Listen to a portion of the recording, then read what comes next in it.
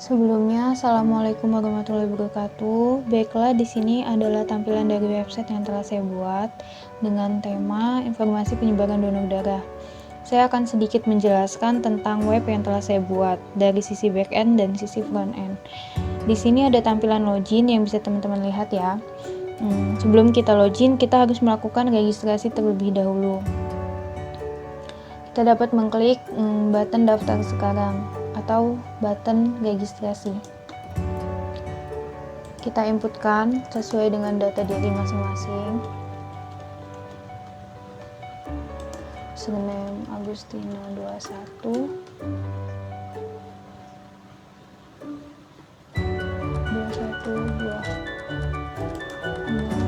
Agustina. Password, nomor telepon, nomor induk,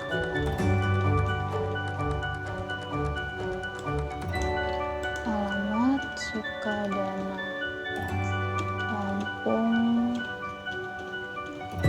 Timur, golongan darah O, usia 20 tahun, registrasi. Nah, balik lagi ke tampilan login karena kita sudah berhasil melakukan registrasi. Masukkan Agustina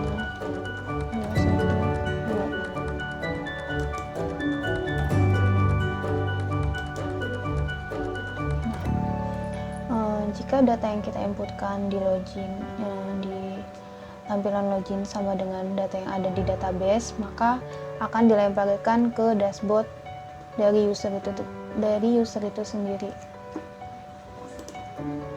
Nah, di sini ada dashboard, di sini ada data penyebaran darah. Kita dapat melihat data penyebaran darah yang telah diinputkan atau yang sudah melakukan registrasi. Ini yang sudah kita isi tadi ya. Ini registrasi sebelumnya yang telah dilakukan. Dapat melihat dashboard, kita dapat mengedit data, sunting data. Kita ganti Agustina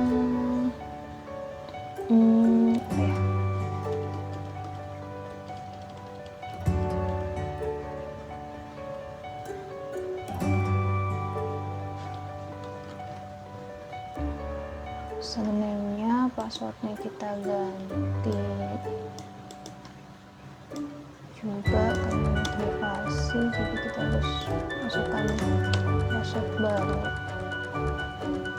Submit, berdasarkan login sukses. Kita out, kita coba login kembali.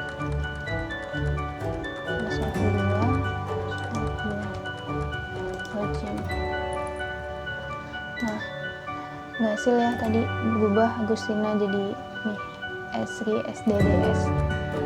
Nah, di sini ada data diri, kegiatan, nomor telepon, alamat sesuai dengan yang sudah kita inputkan tadi. Kita dapat melakukan sunting data. Kita dapat melihat kegiatan apa yang sudah kita lakukan. Kita bisa tambah kegiatan di sini data diri kita dapat melihat data penyebaran darah. Kita log out, kita balik ke sisi PMI-nya. Kita lihat PMI-nya. Nah, di sini dashboard dari PMI. Jika roll sama dengan 1, maka dia akan dilemparkan ke dashboard PMI. Jika roll sama dengan 2, maka dia akan dilemparkan ke roll user atau donor. Nah, di sini ada data stok persediaan darah O, B, A, dan AB. Stok darah O 149, stok darah B 50, stok darah A 50, stok darah AB 57. Nah, di sini ada dashboardnya ya. Ini dashboardnya. Di sini ada data pembelian. Siapa aja yang sudah melakukan pembelian darah. Kita juga dapat melihat data penyebaran darah. Siapa aja yang udah registrasi. Nah, kita bisa tambah stok darah. Juga melakukan transaksi atau beli darah. Dapat menginputkan nama yang akan melakukan transaksi atau akan membeli darah. jenis golongan darahnya. Oh ya, tadi udah kita pilih. Penggunaan darah itu digunakan untuk apa? Kita isi jumlah beli 4 kantong, harga satuan lebih dari stok.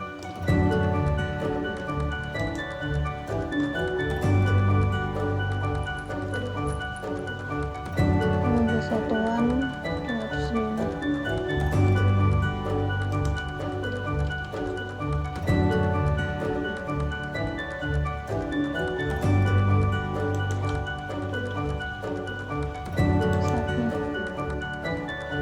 Hasil Fadila operasi sesar 1 atau penimbangan darah. Data dashboardnya, kita dapat melakukan transaksi, dapat melihat data pembeli untuk dari sisi PMI. Ini dari sisi front end-nya. Di sini saya akan menjelaskan dari sisi back end-nya, dari API-nya dulu ya. Nah, di sini ada controller, model, dan router. Nah, router di sini sendiri berfungsi untuk menghubungkan antara apapun jenisnya yang ada di model dan controller. Misalnya nih, user dapat menghubungkan user yang ada di model dan user yang ada di controller. Begitu juga dengan darah, darah menghubungkan antara darah yang di model dan yang di controller. Begitu juga yang di buy-nya ya.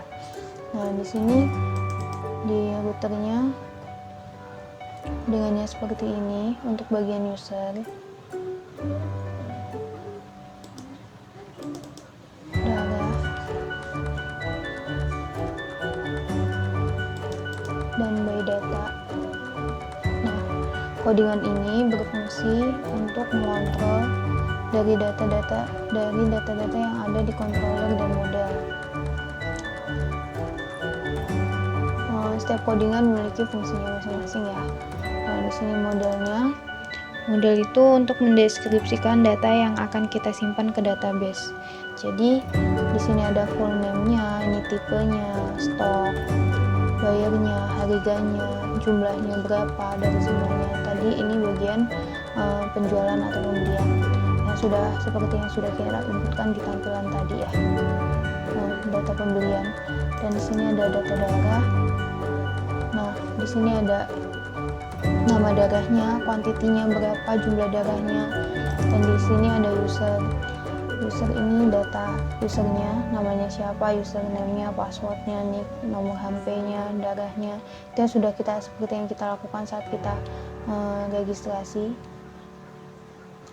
Controller ini berfungsi untuk mengontrol atau mengatur fungsi yang dilakukan oleh user, seperti delete, edit, dan insert. Nah, jika kita akan melakukan pembelian, maka bagian controller yang di buy ini yang akan mengontrol. Sini bagian darah, bagian user.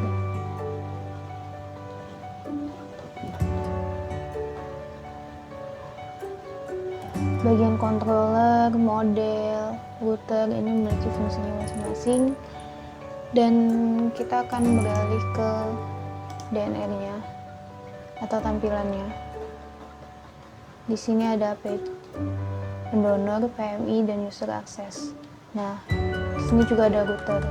Router yang di DNR 1 ini menjelaskan bahwa ini untuk menghubungkan antara login atau pages yang ada di sini seperti user access, PMI, dan pendonor. Jika data yang diinputkan itu diregistrasi atau di login itu sama dengan yang ada di database, maka akan dilempar ke tampilan dashboard PMI atau dashboard pendonor.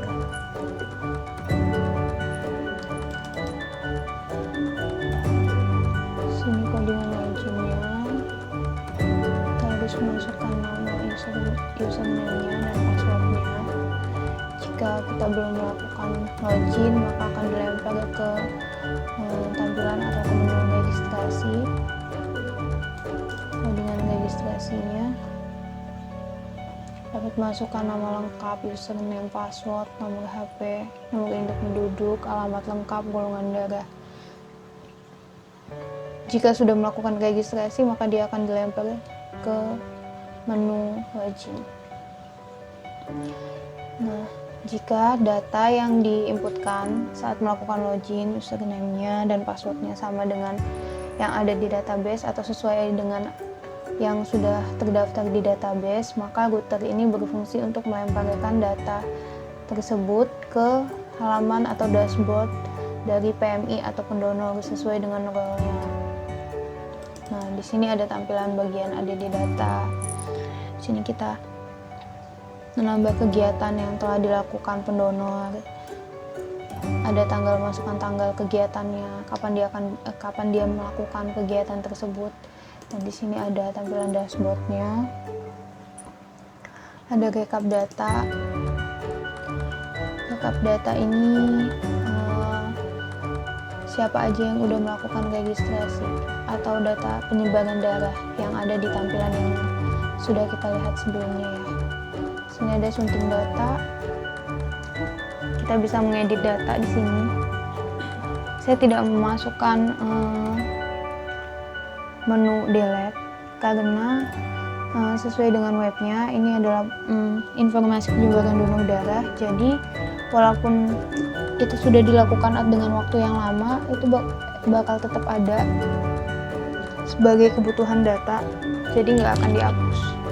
Saya nggak buat tentang menu tampilan delete ya. Di sini ada PMI-nya sama dengan ADD data, sama nama golongan darahnya apa, stoknya apa. Tadi untuk ngisi stok darah ya. Di sini pembelian, kita dapat masukin siapa pembelinya dan ngambil namanya, tipenya ini apa, kuantitinya berapa, harganya berapa, stoknya berapa, sesuai enggak sama stok yang ada di database. Kalau sesuai, transaksi dapat dilakukan. Jika tidak, maka harus melakukan pembelian sesuai dengan stok darah atau di bawah stok darah yang telah ada. Ini tampilan dari dashboard yang ada di PMI, codingannya, pengalamannya. Sini ada rekap data, kita sama aja ya, kurang lebih sama yang kayak di pendonor. Ini kita buat ngelihat data penyebaran darah tapi dari sisi PMI. Ini sunting data buat kita ngedit sisa berapa stok darahnya, kalau ada yang kesalahan atau gimana.